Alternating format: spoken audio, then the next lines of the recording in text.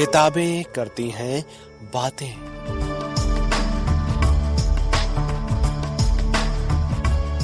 आवाज की तरंगों पर मेहनतकश जनता का साहित्य।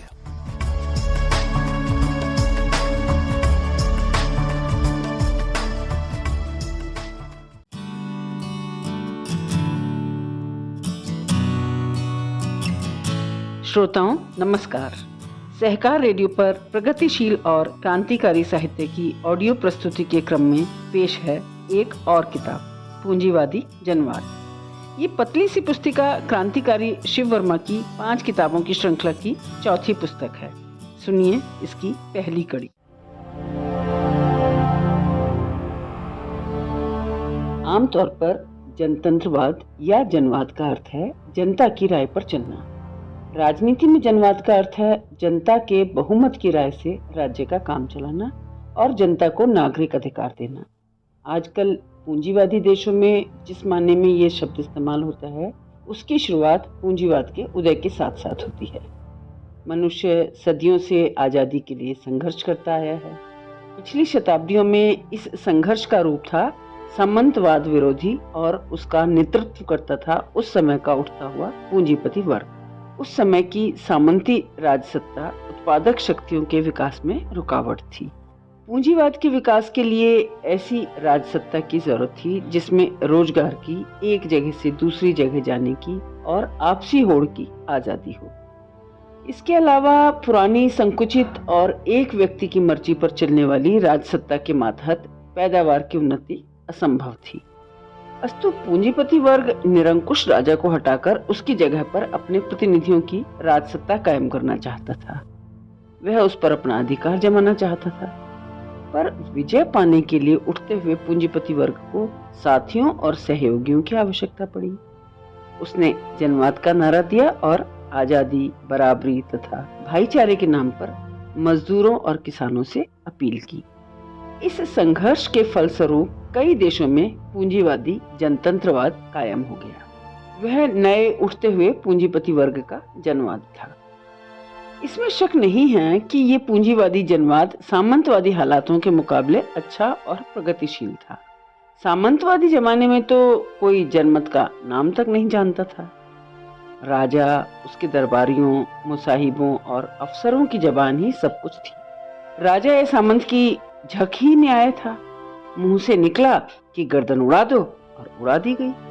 इनका हवाला अब भी हमें इतिहास और पुरानी कहानियों में मिलता है। पूंजीपति वर्ग ने सामंतवाद पर विजय पाने के बाद या तो राजा को हटा दिया या उस पर वैधानिक रोक लगा दी और सैद्धांतिक तौर पर धारा सभाओं या पार्लियामेंटों की शक्ल में जनता और जनमत को बड़ा मान लिया। लेकिन इन सब के बावजूद ये जनवाद पूंजीपति वर्ग का जनवाद था। उस वर्ग का जनवाद था जो तादाद में बहुत कम है और इसलिए ये सच्चा जनवाद नहीं था।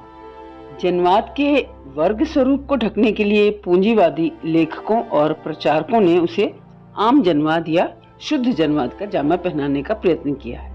ये लोग इस बात को एकदम भुला देते हैं कि जो लोग रोजी रोटी के लिए पैसे वालों के दर के भिखारी हैं, जिनके पास काम करने की अपनी ताकत को छोड़कर और कोई साधन नहीं है, वे पैसे वालों के मुकाबले आजादी और बराबरी का उपभोग कर ही नहीं सकते। आर्थिक आजादी के बगैर सामाजिक और राजनीतिक आजादी कोई मायने नहीं रखती। इस सत्य पर पर्दा डालकर ये लोग साफ शुद्ध जनवाद को ही उछालते आए हैं। अपने को जनवादी कहने वाले पूंजीवादी देशों पर अगर हम निगाह डालें तो हमें पता चलेगा कि पूंजीपति वर्ग का ये शुद्ध जनवाद दरअसल धोखा है, जनता को गुमराह करने की एक चाल है। लेनिन के शब्दों में, पूंजीवादी समाज में जनवाद हमेशा पूंजीवादी शोषण के संकुचित घेरे के अंदर ही सीमित रहता है और इस तरह दरअसल ये जनवाद सिर्फ अल्पमत के लिए ही होता है, दौलतमंदों और अमीरों के लिए। पूंजीवादी शोषण से पैदा हुई हालातों की वजह से आजकल का गुलाम मजदूर गरीबी और अभाव के नीचे इतना दबा रहता है कि वो जनवाद और राजनीति के बारे में सोच भी नहीं सकता। आमतौर पर आबादी का अधिक भाग सामाजिक और राजनीतिक जीवन में भाग लेने से वंचित ही रखा जाता है। पूंजीवादी जनवाद अल्पमत का, अमीरों का जनवाद है। पूंजीवादी समाज में हमें चारों तरफ जनवाद पर रोक ही रोक दिखाई पड़ती है। गरीबों पर थोपी गई ये रोक, अलगाव और रुकावटें उन लोगों को बहुत छोटी जचती हैं जिन्होंने जीवन में कभी भी अभाव और रुकावटों का सामना नहीं किया और जो कभी दलित वर्गों तथा जनजीवन के सीधे संपर्क में नहीं आए। और 100 में से 99 नहीं तो 90 पूंजीवादी लेखक, प्रकाशक और राजनीतिज्ञ इसी दर्जे में आते हैं। लेकिन इन रुकावटों और बाधाओं का योग गरीबों को राजनीति से निचोड़कर बाहर कर देता है। राज्यसत्ता और क्रांति।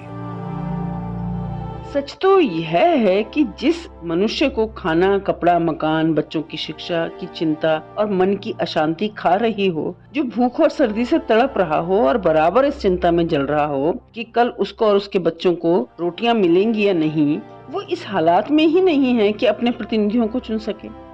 ऐसी हालत में पूंजीवादी समाज में जनवाद केवल धोखा बनकर रह जाता है। इस जनवाद में मजदूरों और किसानों को आजादी होती है बेरोजगारी में भूख से तड़पने की, अशिक्षित रहकर अपमानित होने की और तरह तरह की बीमारियों का शिकार बनकर समय से पहले ही मर जाने की। इसके बावजूद भी पूंजीवादी देशों में पूंजीवादी जनवाद को शुद्ध जनवाद की शक्ल देकर समाजवाद के राजनीतिक विरोधी फासिस्ट तानाशाही और सर्वहारा एकाधिपत्य में कोई फर्क नहीं देखते। वे ये देख ही नहीं पाते या देखना नहीं चाहते कि फासिस्ट तानाशाही गुलामी, पतन और भूख को बढ़ाती है, जबकि सर्वहारा एकाधिपत्य उपरोक्त बुराइयों को दूर कर जनता की आजादी और संस्कृति को विकसित करता है और श्रेणी रहित समाज स्थापित करने का साधन बनता है। पूंजीवादी लेखक नहीं देख पाते कि जनतंत्रवाद या एकाधिपत्य किस वर्ग का है और इसलिए उनका शुद्ध जनवाद एक हवाई चीज बनकर रह जाता है। वर्ग समाज में जो चीज एक वर्ग के लिए जनवाद है, वो दूसरे वर्ग के लिए तानाशाही है। ये साधारण बात उनकी समझ में नहीं आती। सवाल आम जनवाद और तानाशाही का नहीं है, सवाल है पूंजीवादी जनवाद और सर्वहारा या समाजवादी जनवाद का, या पूंजीवादी तानाशाही और सर्वहारा एकाधिपत्य का। और इसी दायरे के अंदर हमें जनवाद के दोनों पहलुओं पर विचार करना है। पूंजीवादी जनवाद। पूंजीवादी जनवाद की मुख्य और बुनियादी विशेषता यह है कि यह शोषक यानी अल्पमत के तो हक में जाता है और मेहनत करने वाले बहुमत के खिलाफ है। इस जनवाद का आधार पैदावार के साधनों पर व्यक्तिगत प्रभुत्व है। आगे चलकर हम देखेंगे कि ऐसा जनवाद रस्मी, झूठा और अधूरा जनवाद है।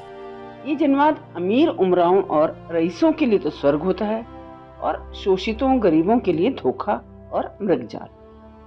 पूंजीवादी जनवाद के समर्थक उसके असली वर्ग स्वरूप को छिपाने के लिए और शोषितों पर शोषकों के प्रभुत्व को ढकने के लिए उसे आजादी, बराबरी, भाईचारा जैसे अच्छे अच्छे शब्दों में लपेटने की कोशिश करते हैं। इन सुंदर शब्दों को अंधी तोता रटंत ठहराते हुए लेनिन ने लिखा था, सर्वहारा वर्ग के दृष्टिकोण से सवाल को सिर्फ एक ही शक्ल में रखा जा सकता है, किस वर्ग के अत्याचार से आजादी, किन वर्गों के बीच बराबरी, व्यक्तिगत पूंजी पर आधारित जनवाद या व्यक्तिगत पूंजी की प्रथा को खत्म करने के लिए संघर्ष पर आधारित जनवाद।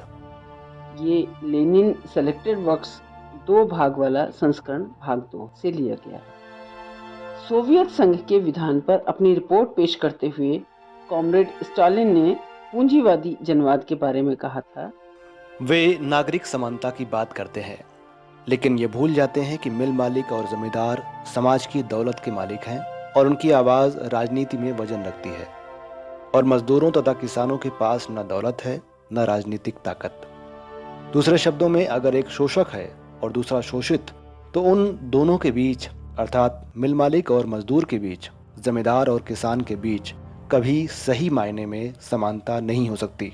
या फिर वे व्याख्यान देने, सभाएं करने और अखबार निकालने की आज़ादी की बात करते हैं, लेकिन ये भूल जाते हैं कि मजदूर वर्ग के लिए ये सारी आज़ादियाँ निरी खोखली गपबाजी हैं और उनके पास सभाएं करने के लिए न तो अच्छी जगह है, न छापे खाने, न काफी तादाद में कागज।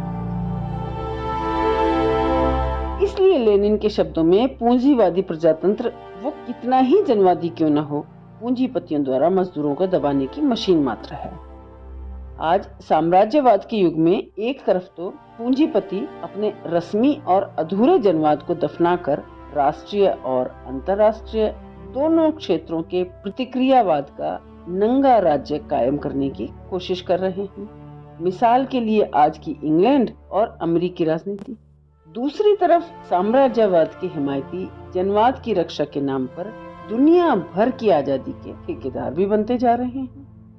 मोटे तौर पर वो कौन कौन सी आजादियां, अधिकार और समानताएं हैं जिन्हें पूंजीवादी जनवाद का हिस्सा बताकर साम्राज्यवादी उनकी रक्षा का दम भरते हैं?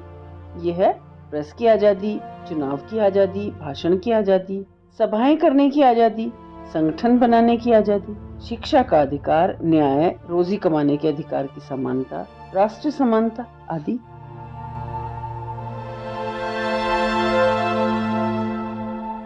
तो श्रोताओं, सहकार रेडियो पर किताबें करती हैं बातें कार्यक्रम के तहत क्रांतिकारी शिव वर्मा द्वारा लिखी इस पुस्तक श्रृंखला की अगली कड़ी के साथ आपसे फिर मिलेंगे। सहकार रेडियो के बारे में अधिक जानकारी के लिए आप वेबसाइट सहकाररेडियो.com विजिट कर सकते हैं। फिलहाल दीजिए अनुमति मुझे यानी सुनीता को। नमस्कार।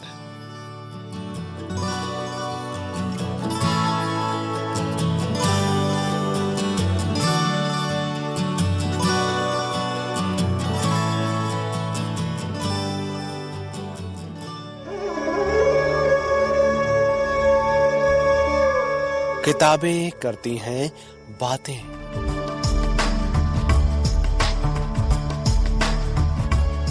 आवाज की तरंगों पर मेहनतकश जनता का साहित्य।